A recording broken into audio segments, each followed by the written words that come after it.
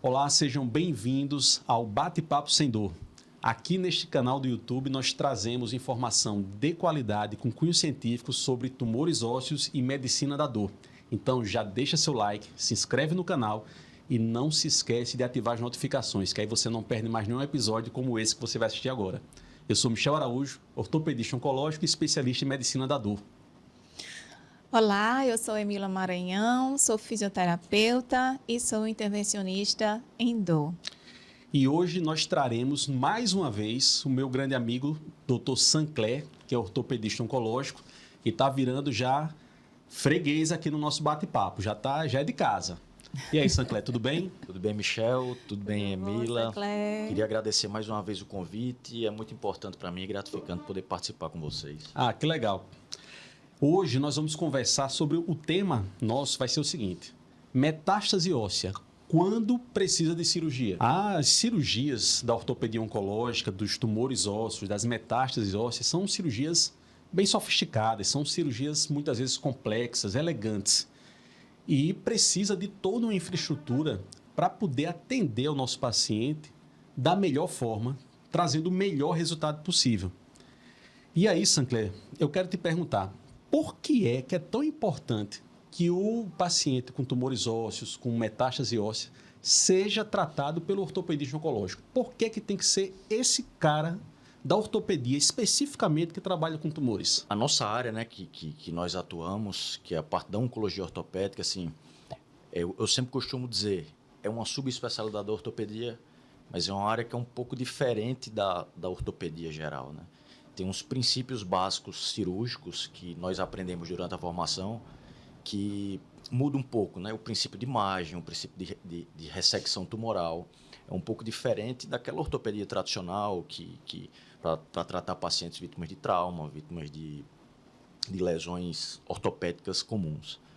E a maior importância, na verdade, a parte o segmento mais importante é que, assim, nós acabamos que passamos 2 anos fazendo uma subespecialidade em tumor ósseo, aprendendo, praticando e se aperfeiçoando ainda mais para tratar essas lesões que são muito particulares da parte ortopédica, né? Eu pergunto isso pois, assim, tem algumas pessoas que, por incrível que pareça, não escolhem qual vai ser o médico ou a equipe que vai cuidar deles. As pessoas escolhem muitas coisas até que não tem nem tanta importância. Escolhe o sabonete que vai tomar banho, o sapato que vai calçar, a roupa que vai vestir, a comida, e não escolhe a equipe que vai fazer uma cirurgia que muito provavelmente vai salvar a vida dele, que pode ser que o cure de um câncer. E eu não consigo entender isso. Como é que as pessoas às vezes brigam por um vidro de perfume e deixam que um plano de saúde escolha quem é que vai fazer a cirurgia dele? Eu acho isso, assim, algo sem cabimento total, né? E aí, quando você nos apresenta aqui para todos a importância do ortopedista oncológico, o nível de especialização, o nível de conhecimento, e além disso, a confiança que o paciente tem que ter com a equipe, né? A confiança, a credibilidade que tem que ter com a equipe, eu acho, na minha opinião, faz toda a diferença no tratamento. O que é que você acha disso, Emila?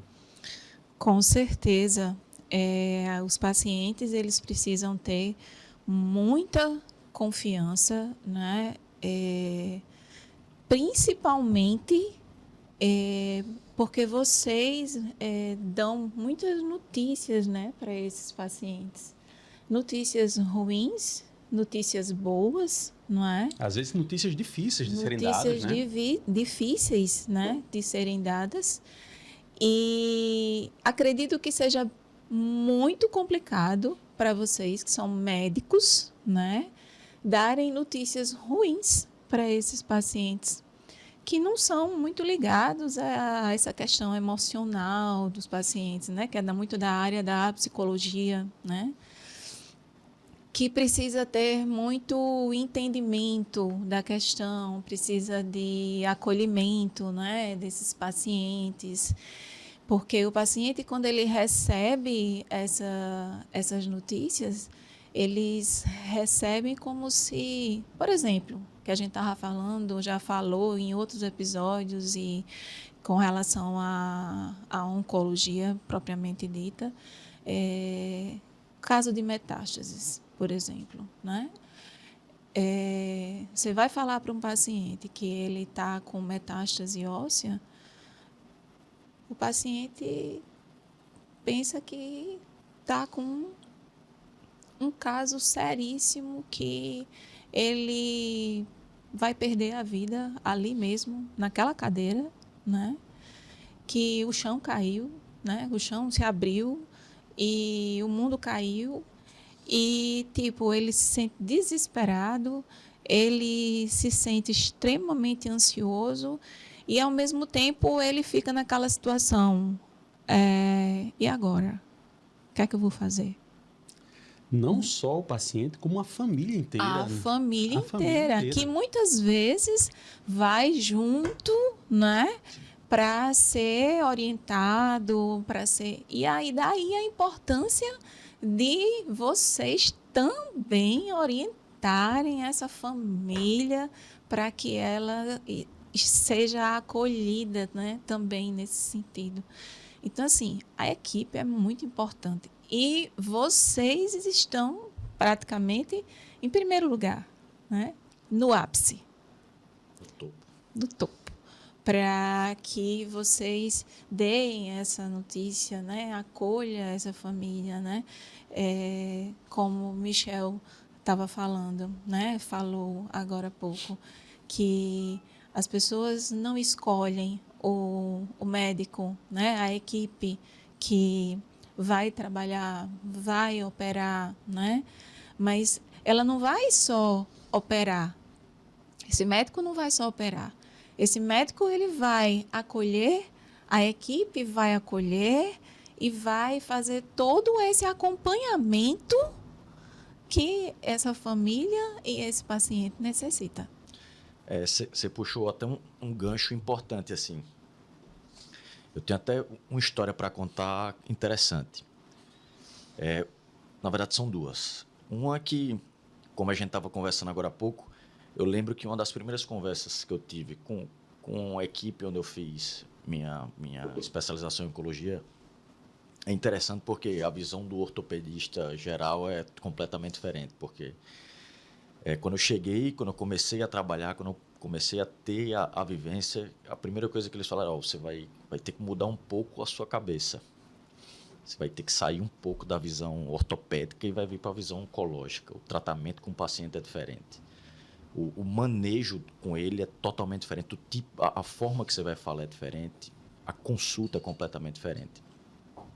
E aproveitando que Emila falou também da questão da notícia, né?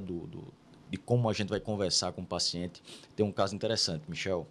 Eu atendi uma paciente uma certa vez que ela tinha um histórico de câncer de mama, assim, há muito tempo. Já tinha recebido alta oncológica e me procurou devido a uma dor no ombro. Ela tinha uma dor no ombro, tinha recebido alta há 30 anos e tinha essa dor no ombro que passou a ser investigada. E passou em um colega, passou em outro colega e fizeram exames de imagem, fizeram um raio-x, aí o outro foi pedir um raio-x, aí o outro foi pedir um ultrassom. Até chegou alguém que pediu uma ressonância e apareceu uma lesão no terço lateral da clavícula. Uma lesão única, isolada, mas num paciente que tinha um histórico oncológico de 30 anos. E a partir daí a gente começa a perceber, nossa, 30 anos, como é que você vai chegar para essa mulher e falar que possivelmente, lógico que a gente vai confirmar com a biópsia, mas como é que a gente vai chegar para essa paciente e dizer que depois de 30 anos ela evoluiu com metástase? É uma notícia difícil para você dar, né? É muito difícil. E às vezes tem famílias que falam bem assim: doutor, não diga nada para ele, não. Não conte para ele que ele está com câncer, não, ou para ela que ela está com câncer. E às vezes pergunta: o senhor acha que ele tem que saber, que o paciente precisa saber que está com câncer? Eu sempre respondo o seguinte: olha, o maior interessado neste problema é o próprio paciente. Nós estamos falando da vida dele. Ele é o maior interessado. E é uma pessoa inteligente. Né? Se a gente começa... Se eu digo que tem que fazer uma biópsia, se eu digo que tem que fazer um tratamento, que tem que tomar uma quimioterapia, que tem que fazer uma cirurgia, ele não vai imaginar que ele está com câncer? É claro que vai. E o pior, Quando ele começar a entender, sem que ninguém precise contar que ele está com câncer, ele vai achar sempre que está sendo traído pela própria família. A família está mentindo para ele. Eles não tiveram a coragem de falar qual era o real problema, qual era a doença. Então, assim, a conversa muitas vezes é difícil, né? Porque é uma notícia que não é agradável de ser dada, mas ela precisa ser dada. Porque toda e qualquer decisão do tratamento médico precisa da aprovação do paciente e da família. Nenhum tratamento vai ser feito sem que o paciente concorde em fazer. Então, é difícil, mas precisa ser feito, né? Claro que, como a doutora Emila falou, com acolhimento, com carinho, com atenção. Isso. Né? E eu acredito que a melhor forma é se colocar no lugar do paciente.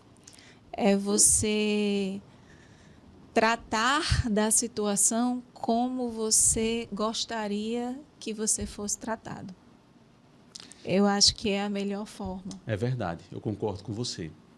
Eu acho que é a melhor forma, porque quando você se coloca no lugar, naquela situação, você imagina que era daquela forma que você gostaria de ser tratado. Então, eu acho que é a melhor forma como você deve dar essa notícia para aquela pessoa que está fragilizada naquela situação e que, muitas vezes, eu já escutei de alguns pacientes que não é o fim do mundo, não é uma sentença de morte. Elas começam a tratar, até mesmo com metástase, começam a tratar e começam a verificar que não é uma sentença de morte. Que começam a conviver com a doença, começam a conviver com a situação e não é uma sentença de morte. E elas vivem naquela condição que muitos acham que é uma sentença de morte, mas aí vai depender da situação psicológica de cada um. Sim, tem até um conceito importante que eu uso muito na minha prática, assim, né? Até a gente tinha discutido, é o conceito de cura. Cura eu considero você restabelecer a saúde, né? Isso para mim é você está tratando uma doença, né? E eu acho que essa é a principal função do oncologista ortopédico, você vai dar conforto ao paciente. Exato. Principalmente quando se trata da metástase. É um paciente, muitas vezes, metastático, que você vai melhorar de todas as formas a qualidade de vida dele. Isso. Paciente com uma metástase em osso longo no fêmur, uma metástase no úmero, paciente com dor crônica. E são pacientes que precisam ser tratados e precisam que tenham um tratamento adequado para essa dor dele. Não é simplesmente deixar o paciente com dor e não, ele é metastático. Para mim, não existe esse conceito que a gente escutava muito antigamente, paciente terminal. Não, para mim não existe. Hoje em dia, com os tratamentos modernos oncológicos, tratamento clínico, radioterapia, imunoterapia. Hoje em dia, existe até as terapias complementares que você consegue dar conforto, melhora a qualidade de vida desses pacientes. Então, assim, existe formas de você dar melhor conforto para esses pacientes. Acho que sem dúvida. Acho que o conforto do paciente, eu acho que é nosso principal objetivo, né, Michel? Assim, sem dúvida. Restaurar a qualidade de vida. Afinal de contas, a metástase óssea ou o câncer é um diagnóstico, não é uma sentença. É um diagnóstico, não é uma sentença. Né? E todo diagnóstico precisa ser tratado. É a forma como o paciente sente, né? Quando você fala, é sentença de morte. Não é bem pois assim. É. Né? E falando, como nós estamos falando de metástase óssea, toda metástase óssea precisa ser operada? Então, Michel, nem toda, né? Assim, tem uma série de critérios e condições para a gente indicar uma cirurgia ou para a gente não indicar. Assim, né? Acho que o principal, a partir do momento que eu sempre divido em alguns aspectos. O paciente já tem história de câncer ou a metástase óssea é a apresentação inicial, né, da doença. Pacientes com metástase óssea, que eles já sabem o diagnóstico em si, varia muito com base na localização da lesão, se ele é localizado em região de carga ou em região que não seja de carga. A dor, para mim, é um sintoma mais importante. Se ele tem uma dor mecânica, se ele tem uma dor que incomoda, que não melhora com tratamento nenhum, esse é o paciente que é mais beneficiado pela cirurgia. E as fraturas patológicas? Outros tratamentos existem, mas principalmente sempre começando pelo tratamento clínico. Tem que tratar a doença de base, tratar o câncer primário. Dependendo do local ou das queixas do paciente, tem outros métodos, como radioterapia, como imunoterapia, a quimioterapia em si. Eu acho que o principal objetivo é sempre iniciar com a doença de base quando não tem fratura, né? Quando tem fratura, para mim, a cirurgia é inevitável, né? Você tem que operar, tem que restabelecer a função do paciente. Exatamente. E tem a situação do risco iminente de fratura, né? É aquele paciente que está com dor, que o remédio não passa dor, e que as imagens de raio-x, de ressonância, tomografia, demonstram que o osso está tão frágil, que ele vai se quebrar a qualquer momento, né? Nessa situação, eu também costumo indicar a cirurgia. Sendo que boa parte dos pacientes tem medo, né? Então, mesmo tendo risco iminente, mesmo tendo indicação cirúrgica, ele prefere não fazer a cirurgia. E depois nos procura numa situação emergencial com o osso já quebrado. E às vezes quebra com nada, se virando na cama, se sentando ao sanitário, indo tomar um banho. Não precisa cair para o osso quebrar. O osso às vezes está tão frágil que vai se quebrar de forma quase que espontânea. E até um detalhe, porque muitas famílias se culpam disso. Quando chega no hospital, na urgência, com um paciente já com uma fratura patológica, eles se culpam dizendo que foi eu que não tive cuidado na hora de dar o banho, ou na hora que foi pegar para tirar da cadeira, o jeito que pegou quebrou o osso. Não, a culpa não é da família. O osso iria quebrar de qualquer forma, a qualquer momento. Infelizmente, aconteceu na hora que você estava cuidando. Mas a culpa não é do familiar, né? E a gente, até essa abordagem com a família de acolhimento, nós precisamos fazer. Com certeza. Porque a família, todo o contexto está muito fragilizado, não é isso? Muito fragilizado. E quando a gente entra na seara cirúrgica para tratar as fraturas patológicas, fraturas por tumor, são cirurgias muito específicas, muito especializadas, né? Os princípios cirúrgicos, como você falou, são totalmente diferentes dos princípios cirúrgicos de quem faz uma cirurgia no atleta, por exemplo. São outros. O princípio cirúrgico nosso, ortopedista oncológico, é retirar a doença. Depois que a gente retira a doença, a gente vê como é que vai reconstruir aquele membro, né? Para estabelecer a funcionalidade, para poder andar, para poder se mover, para poder ter uma vida o mais próximo possível da normalidade sem dor. Michel, e justamente essa questão que é interessante. Muitas vezes, quando você falou, agora jogando um pouco a sardinha para o seu lado, a gente vê muito na literatura que o principal sintoma que acontece no paciente, quando ele está na iminência, assim, vai quebrar, vai fraturar, é a dor. Piora muito. Os relatos que comentam na literatura, né, nos artigos mais recentes, é que a dor piora assim, abruptamente. E com isso, assim, a gente começa a associar a dor à iminência de fratura. Quando a dor piorar muito, antes de quebrar, é melhor procurar, acho que o especialista, é melhor procurar um oncologista ortopédico, porque muitas vezes a cirurgia antes da fratura, como a gente pode falar, uma fixação profilática, por exemplo, que é quando o osso tem uma lesão tumoral e não fraturou ainda, mas ele precisa restabelecer a função porque ele tem dor mecânica. E nisso a gente faz uma fixação profilática, ou com haste, ou com placa, ou com qualquer material que seja. É uma cirurgia bem menos agressiva, é uma cirurgia bem menos mórbida. O paciente volta para as funções mais rápido e é diferente de operar o paciente depois de uma fratura, que a performance muda, a qualidade de vida dele vai mudar. Até porque, você vê, fazendo uma comparação, um paciente com a fratura de fêmur comum, sem ser patológica, se ele quebra o colo ou quebra a diáfise ou quebra na região trocantérica do fêmur, ele muitas vezes, apesar de nem patológica ser a fratura, ele já diminui bastante a qualidade de vida. Imagina um paciente em tratamento oncológico submetido à quimioterapia, radioterapia, aquela história toda, né?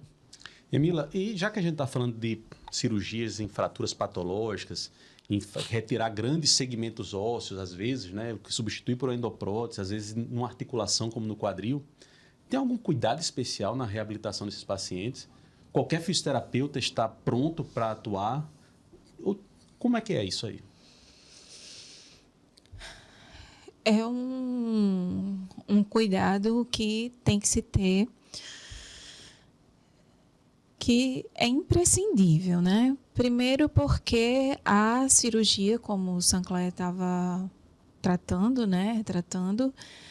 são cirurgias bem complexas, né? As cirurgias de fratura patológica, né? Que muitas vezes fazem bastante retirada de inserções, né, musculares para serem reinseridas, né? Ou seja, são retirados os músculos dos lugares para poder colocar os músculos nos lugares novamente. Então, isso requer muita especificação do médico para realizar a cirurgia. E isso também gera uma dificuldade e uma morbidade do paciente após a cirurgia. Ou seja... E algumas vezes o tumor está envolvendo até os músculos. E os músculos são retirados, músculo, tendão, ligamento, não é isso, Sancler? Exatamente. Eu sempre costumo falar, né, que a gente, assim, fazer a cirurgia, colocar uma prótese, colocar uma megaprótese, uma endoprótese, colocar uma haste, colocar uma placa, beleza, a gente vai fazer, a gente vai colocar. Mas, assim, colocar o paciente para andar, aí o fisioterapeuta, se a gente não tiver a ajuda do fisioterapeuta, acho que isso é praticamente impossível. Verdade, é impossível. Porque o fisioterapeuta é que vai reabilitar esse paciente. Quando for um quadril, vai reabilitar o quadril para ele andar, para ele desenvolver suas funções. Aí faz muito mais sentido a cirurgia. Né? Isso. E até mesmo o fisioterapeuta tem que saber como foi a cirurgia para poder saber se foi retirado, qual músculo foi retirado, para saber como ele vai conseguir trabalhar com aquele paciente. Porque todas as musculaturas, muitas vezes, vocês mexem, né? E o fisioterapeuta, ele tem que ser especializado nessa área da oncologia, né? Para poder ele conseguir trabalhar com isso. Porque realmente são cirurgias muito grandes, principalmente se for cirurgia de fêmur, que normalmente é o mais comum, né? De fratura patológica, ou de úmero, se eu não me engano. E esse fisioterapeuta, ele tem que ser muito bem preparado para poder conseguir fazer essa reabilitação e conseguir colocar esse paciente de pé. Ou seja, como o tumor ósseo é uma doença rara, são poucos ortopedistas oncológicos no Brasil. E fisioterapeuta menos ainda. Fisioterapeuta especializado nisso daí também vai ser menos bem ainda. raro, né? Exatamente. Então, talvez seja bem difícil para um fisioterapeuta que atua em outras áreas, né? Reabilitação de atletas, ou até mesmo em prótese de quadril, mas de um caso não oncológico, né? Uma fratura de um idoso que não tem doença oncológica. A reabilitação provavelmente é totalmente diferente, não é isso? Totalmente diferente. Principalmente porque, às vezes, esse paciente ele está fazendo outro tipo de tratamento também, né? Além da cirurgia também que foi feita, né? Por parte da oncologia. Com a performance mais baixa, né? Completamente diferente, com a imunidade baixa. Às vezes, a cicatrização também não é a mesma. Então, é um paciente totalmente diferente, diferenciado em relação a qualquer outro paciente que está fazendo uma cirurgia. Muito bem. Então, hoje nós conversamos sobre fraturas patológicas, quando operar uma metástase óssea. Foi um bate-papo bem tranquilo, bem descontraído. Eu acho que ficou fácil para todo mundo entender. E como um resumão aqui do que nós conversamos, eu quero que fique uma mensagem para vocês. O câncer e metástase óssea é um diagnóstico, não é uma sentença. Existe tratamento, existe uma boa qualidade de vida. É possível. É importante que você seja acompanhado por uma equipe especializada, uma equipe multiprofissional que esteja habituada a lidar com esse tipo de problema. Sancler, muito obrigado pela sua presença. Espero convidá-lo outras vezes e espero que você aceite o convite. Eu que agradeço o convite e sempre eu sempre vou estar à disposição para ajudar e para conversar com vocês. Obrigado a Ótimo. todos e até a próxima. Tchau, tchau. Obrigada.